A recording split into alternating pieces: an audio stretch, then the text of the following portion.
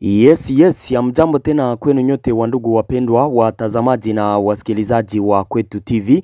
Nyote kwa ujumla mnaoendelea kuwa nasi ndani ya taarifa zetu mbichi za kila siku na kila wakati. Tunawasalimia wale ambao wako Marekani, Ulaya na Afrika. Salamu zetu ziwafikie kabisa. Na tunawatakia tena asubuhi njema ya leo lundi le 5 janvier 2026. Tukiwakaribisha kwa mara nyingine ndani ya taarifa mbichi za asubuhi ya leo. Kama kawaida tumewaletea habari mbichi kuhusu hali ya usalama mashariki mwa nchi ya Kongo pamoja na taarifa mbalimbali tena tofauti zinazosemekana nchini Kongo. Habari zetu za asubuhi ya leo tutawapeleka kwenye shamba la vita mu territoire ya Uvira, maeneo ya Kigongo, Kalundu na kwingineko hata na mji wa Uvira. Tuwaambie hali halisi asubuhi ya leo ni vipi. Kama kawaida tumewaletea habari mingi tena mbichi. Unayoifuata ni Kwetu TV, ni channel inayokuletea taarifa za kweli tena za kuaminika kutoka mashariki mwa nchi ya Kongo. Tunawaomba kusubscribe, yani kujiabone, ili kukuwa napata habari zetu zote kwa wakati. Muendelee kucomment na kuzilike habari hizi pia na kuzisambaza kwa walio wengi ziwafikie. Mujiunge nasi na grupe yetu ya WhatsApp ili kukuwa napata taarifa zetu zote kwa wakati. Namna ya kujiunga na grupe yetu ya WhatsApp ni kugusa kwenye titre pale mu description, kuko linki yetu, ujiunge kupitia linki hiyo. Bila shaka kabisa utakuwa napata taarifa zetu zote kwa wakati. Kama unataka kufahamu hali halisi mashariki mwa nchi ya Kongo, kuwa nami mwanzo hadi mwisho. Na bila kukawia tufungue ukurasa wetu wa habari ambapo tutawapeleka moja kwa moja kwenye shamba la vita ndani ya territoire ya Uvira. Territoire hii inapatikana ndani ya province ya Sud Kivu. Hali halisi kutoka kwa vyanzo vyetu hapo mu territoire ya Uvira vinatuambia kwamba hali ni ya utulivu, hakuna mapigano ambayo yanaripotiwa mu axe za Kalundu Katongo kwenye walikuwa wakipigania. Hali ni ya utulivu, ila wengi nataka ni waambie ni wapi kwenye wazalendo na FARDC wako, waasi wa M23 nao wanakaa wapi, kufika wapi, kwa sababu kupitia WhatsApp yetu walikuwa wakituuliza sasa mbone iko deja in semene na FARDC na wazalendo waisha songa mbele, wako pale Kigongo, kuko nini mbone hawako na songa mbele ili wakamate mji wa Uvira? Hilo ni swali ambalo mimi siwezi kuwajibu kwa sababu siwezi nikajua ni kwa nini hawako na progreseme. Tutaongelea kidogo kuhusu jinsi vita inakuwaka na tuone pale kinachokuwa kiko na acha awata kamata mji wa Uvira ni kipi. Kitu cha kwanza ambacho mnapaswa kukifahamu ni ya kwamba FARDC na wazalendo wako karibu sana na mji wa Uvira, na hata wazalendo na wanajeshi wachache wa FARDC huwa wanafika ndani ya mji wa Uvira kisiri na wengine kuondoka.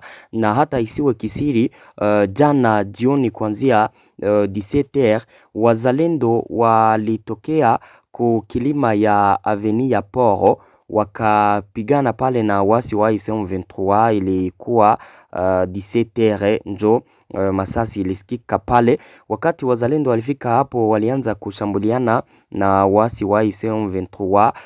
Renfort za M23 zikatoka mjini Uvira wakaingia pale ku Avenue ya Poro, wakapigana kuile kilima.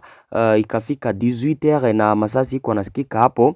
Aprepare wazalendo tena wakaondoka hapo, hali ikarejea kuwa ya utulivu, wakarudia mu mapozisio zao. Na hapo munasikia ya kwamba wako karibu na mji wa Uvira, kwa sababu wangekuwa mbali na mji wa Uvira wangelishuka mpaka kuingia mjini Uvira wakati kuna maeneo yanayomilikiwa na wasi wa M23 aux alentours de la ville d'Uvira. Kwa sasa wasi wa M23 wanakaa Kabimba. Kabimba njo dernière position ya M23 kutoka Uvira ukielekea Kagongo. Kabimba iko mkilomita 4 na mji wa Uvira, pale mbele kidogo ya poro ya Kalundu. Mnasikia kwamba ni karibu sana.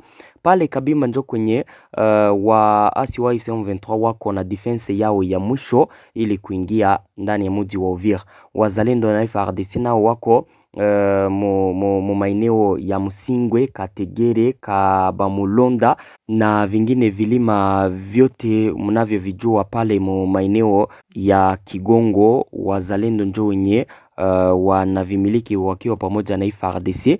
Waasi wa AFC M23 siku ya jana, vyanzo vyetu vilituambia kwamba kuanzia pale ku defense yao ya Kabimba silaha nzito zao zilihamishwa zikarudishwa pale Kalundu, kuile poro ya Kalundu, kwa sababu wazalendo na FARDC walionekana kuwa kabisa wengi ndani ya mapozisio tofauti na vilima vingi mu maeneo ya Kigongo. Kutokana na ile kuavance kwa wazalendo na FARDC, waasi wa AFC M23 walirudisha nyuma silaha zao nzito, maartileri na pia zingine silaha wanazozitumikisha katika vita.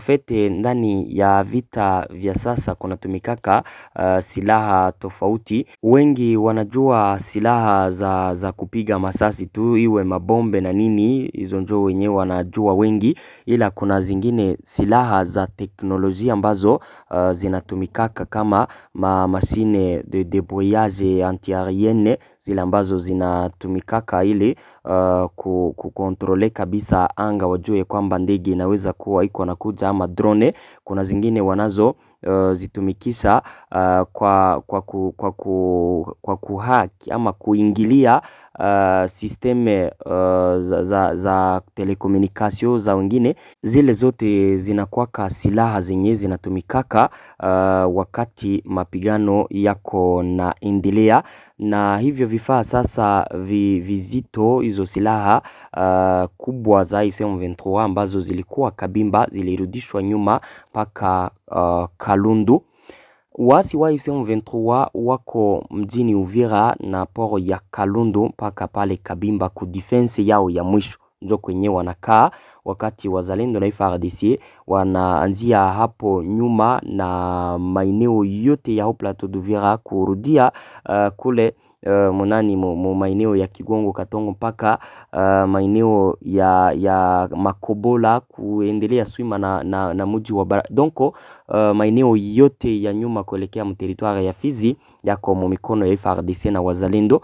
Sasa ça fait déjà une semaine na FARDC na wazalendo wako pale Kigongo. Message zilitufikia mingi wakituuliza sasa mbona FARDC na wazalendo wako nasonga mbele wa ukamate mji wa Uvira, mbone depuis wafike Kagongo mu maeneo hayo hawajaendelea eti wa ukamate mji wa Uvira, iko tatizo gani? Mimi upande wangu naona kwamba kitu ambacho kiko naacha wazalendo na FARDC wakamate mji wa Uvira ni kwa sababu wasi wa AFC M23 wakati walitangazaka kuondoka mjini Uvira, wali deployake wanajeshi wengi mu maeneo tofauti karibu na Uvira, na wengine wakabakia ndani ya mji wa Uvira wakiwa wamejifanya wakaaji, wengine kujifanya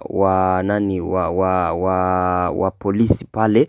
FARDC na wazalendo, kitu ambacho mimi niko nakiona wako nakifanya kule, wako nafanya kwanza nitasema ratissage. Wakati FARDC walifikaka Kigongo, wangeliendelea kuingia ndani ya mji wa Uvira kupitia poro ya Kalundu na kufika ndani ya mji wa Uvira. Vile vijiji ambavyo wanajeshi wa AFC M23 walikuwa wameelekea ndani, ile makolini ambayo iko karibu na mji wa Uvira yenyewe walikuwa wametia ndani wanajeshi wao, ingelibakiaka pale na iko ndani wale wasi wa AFC M23, ambapo kuingia kwa wazalendo na FARDC mjini Uvira ingelikuwaka kubakia pale na wako toujours entouré na wasi wa AFC M23. Kile ni kitu ambacho kwanza mimi niko nakiona hapo, kwa sababu tangu wafikie mu maeneo ya Kigongo walikuwa napigana. Mnajua ya kwamba Hii ni semene ya pili ambayo tumeianza na maeneo ya Kigongo, wako napigania ndani usiku na mchana. FARDC wanasonga mbele, position zinakamatwa, kesho zingine wanazikamata. Zile zote sasa ambazo wako na zikamata, njo zenye niko nasema njo ratisage ambayo wako naifanya. Ndiyo kukua karibu na mji wa Uvira, wako karibu na mji wa Uvira. Kushuka na kukamata mji wa Uvira inaweza ikawezekana, ila kuna zile mapozisio tofauti kule kwenye waasi wa M23 walikuwa wamekuwa deploye movilima tofauti karibu na Uvira, kwa sababu mkumbuke wakati FARDC na wazalendo wali tokaka mjini Uvira, waasi wa M23 walifika ndani, wakaendelea kuavanse kwa sababu wanajeshi wa FARDC walikuwa wameondoka maeneo mengi, wakafika kule Makobola njo kwenye walielekeaka wengi, na hata wengine wakafika mjini Baraka wakiwa wanaacha vijiji vingi na mapozisio tofauti. Hayo yote waasi wa M23 walikuwa wameyakamata mpaka hadi Makobola. Wazalendo njo wenye walikuwaka na resiste polepole, FARDC ikarejea kuwasaidia, wakaweza tena kuwarudisha nyuma. Maeneo mengi yalikuwa yamefika ndani waasi wa M23, ni vilima vinavyopatikana mho plateau d'Uvira, vingi vilikuwa ndani waasi wa M23 kule kote. Sasa njo kwenye vita viko na ripotiwa wazalendo na FARDC, na wako na kamata zile position tofauti, ma defense tofauti zenye wasi hao walikuwa walishaka installe karibu na mji wa Uvira, na ile njo vita ambayo wako napigana hapo. Na kile njo kitu ambacho mimi niko nakiona kama kitu ambacho kiko naacha FARDC na wazalendo wakamate mji wa Uvira, kwa sababu wale wangeliingiaka direct mjini Uvira, zile position zingelibakiaka pale za M23 zingelikuwa na wapiganisha mchana na usiku, hivyo tena kuacha hali ya usalama itakuwa nzuri hapo mjini Uvira. Na nadhani ya kwamba haya ambayo niko na waambia wengi ambao wanafuatiliaka kwa karibu mambo ya vita walishaka yaona kama maeneo ya Ngungu. Mnavyojua Ngungu, kuna siku waasi wa M23 walikuwaka hapo, FARDC na jeshi la Burundi pamoja na wazalendo wakaingia pale, wakawapiga waasi wa M23 ile meme jour wakaingia mjini Uvira. Waasi wa M23 wakati wakondoka monani mwile mwingine ya Ngungu, si Uvira, ni mwile mwingine ya Ngungu, wakaelekea moma position yao tofauti ambayo walikuwa nayo uzalantoro ya Ngungu, na ikabakia sasa ile vita ya kila siku pale Ngungu, uzalantoro maatake hapa na pale. Na wakati renfort zilifikaka zikawa ziko nafika karibu na Ngungu, kwa sababu walikuwa moma position tofauti pale Ngungu, pale karibu na Ngungu, na wakati renfort zilifikaka zilikuwa deja na ziko nafika kabisa karibu na Ngungu pale kwenye wako na pigana wakiwa karibu na eneo ya Ngungu. Na ile siku baada ya desemene na wako Mungungu, wanajeshi wa FARDC na wazalendo waasi wa M23 tena wakaweza kuwafukuza pale. Na ile njo yenye niko na sema sasa, kama walikamataka Ngungu na waisha piga kwanza zile defense zote zinazozunguka Ngungu, wangelizikamataka kwanza zile defense wanazikontrole, epu Ngungu wanaingia ndani na waisha kamata na vijiji na madefense yote yanayokuwa aux alentours de Ngungu, wangelikuwaka na nguvu za kuidefendre Ngungu, kwa sababu wakati waasi wa M23 walikuwa na renforcer, walikuwa nafikia deja direct karibu na Ngungu, na atake wanazifanyia kumungini ya Ngungu.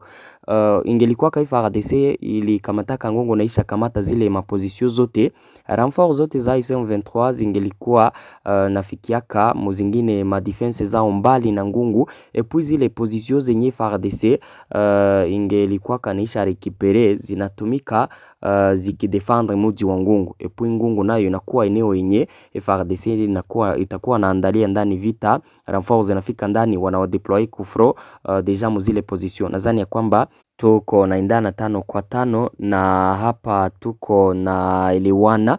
Kitu kingine ambacho mnaweza kukifahamu cha pili, hii ni vita na wale ambao wako napigana nao ni watu ambao wako na nguvu. Ni AFC M23 nayo iko na nguvu, inasaidiwa na nchi tofauti zinazokuwa na majeshi wenye uwezo ambao nao wako na formation militaire kama za zingine nchi. Ndio maana vita hii haiko vita rahisi, ni vita za nchi tofauti ambazo zinakutania pale, wote wakiwa na wanajeshi wenye uwezo tena na nguvu na vifaa vingine pale kuvita maeneo ya Kagongo na Katongo. Huenda AFC M23 nayo ishaka resiste pale, ikafunga ikapigana, ikakataa kupoteza mji wa Uvira. Hayo nayo yanaweza yakawezekana kwa sababu ni vita ambayo wanaendesha, huenda pale na waishaka resiste sana ili wasipoteze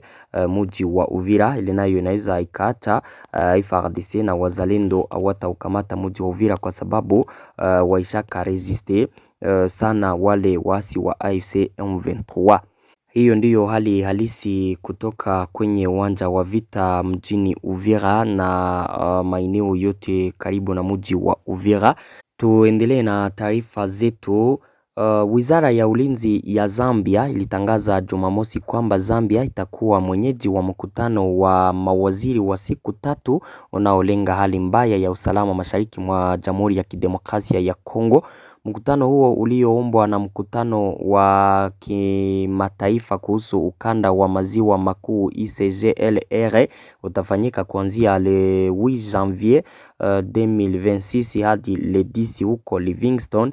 Taarifa hiyo ilisema hayo mawaziri 12 wa ulinzi na wakuu wa wafanyakazi wa vikosi vya ulinzi vya nchi wanachama wa ICGLR wanatarajiwa kuhudhuria mkutano huo. ICGLR inajumuisha nchi ya Angola, Burundi, Jamhuri ya Afrika ya Kati, Jamhuri ya Kongo, Jamhuri ya Kidemokrasia ya Kongo, Kenya, Rwanda, Sudani Kusini, Tanzania, Uganda na Zambia.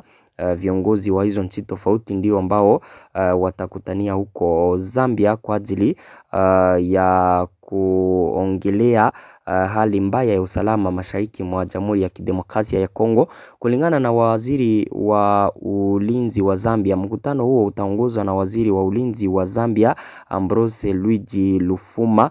Zambia ambayo inashiriki mpaka mrefu na Kongo inasema imejitolea kudumisha amani katika eneo hilo. Mkutano huo unatarajiwa kufanyika huko le 8 jusqu'à le 10 waongelee kabisa hali ya kiusalama inayoendelea kuzorota mashariki mwa nchi ya Kongo. Tuendelee na habari zetu. Yule presida wa Venezuela Nicolas Maduro ambaye alikamatwaka na jeshi la Etats-Unis d'Amerique na kupelekwa huko Marekani, kesi yake itafunguliwa siku ya leo jioni huko mjini New York ndani ya mahakama kuu ya kijeshi. Huyu Nicolas Maduro anashtakiwa na Etats-Unis d'Amerique kuwa mfanyabiashara haramu huko, akiwa alikuwa anawasaidia wafanyabiashara haramu wanaofanyia biashara huko Marekani, biashara za uchuruzi wa kokaine, zile bangi kabisa ambazo zinahatarisha maisha ya wakaaji. Yule presida Maduro ambaye alikamatwaka na Etats-Unis d'Amerique juzi atafunguliwa kesi yake huko New York jioni ya leo lendi, na kesi yake selo Etats-Unis d'Amerique itakuwa kesi ambayo atakuja kuhukumiwa kwa makosa kama na hayo. Na wakati presida Donald Trump alikuwa akitangaza kuwa Maduro waisha mkamata, alikuwa ametangaza kwamba nchi ya Venezuela itaongozwa na Marekani hadi kufikia pale ambapo watapata kiongozi mwingine mpya. Mahakama kuu ya kijeshi ya Venezuela yalikuwa yamemteua president mpya ambaye alikuwa vice president wa nchi hiyo, na baada ya kuteuliwa kuwa kiongozi mpya wa Venezuela, Donald Trump siku ya jana alitangaza ya kwamba kama yule mama ambaye anaongoza kwa sasa Venezuela atafanya kile ambacho Marekani inakitaka, naye atakutana na matatizo kama yale ambayo Maduro alikutana nayo.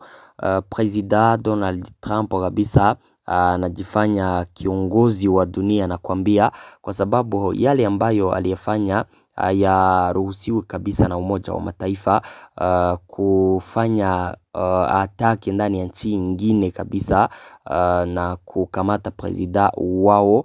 Kile cha kukamata president tukiache kuatake nchi kabisa hadharani hivyo, deja ni kuwa unaanzisha vita hadharani na nchi hiyo. Ndiyo maana Umoja wa Mataifa ukubali hayo. Baada ya ataki ile ya Etats-Unis d'Amerique, nchi tofauti zililaani hayo. Nchi kama Russia na China zikaomba kuachiliwa kwa yule president. President wa Etats-Unis d'Amerique Donald Trump akakaa kimya bila kuwajibu na bila kuonesha kwamba yeye iko tayari kuachilia yule kiongozi.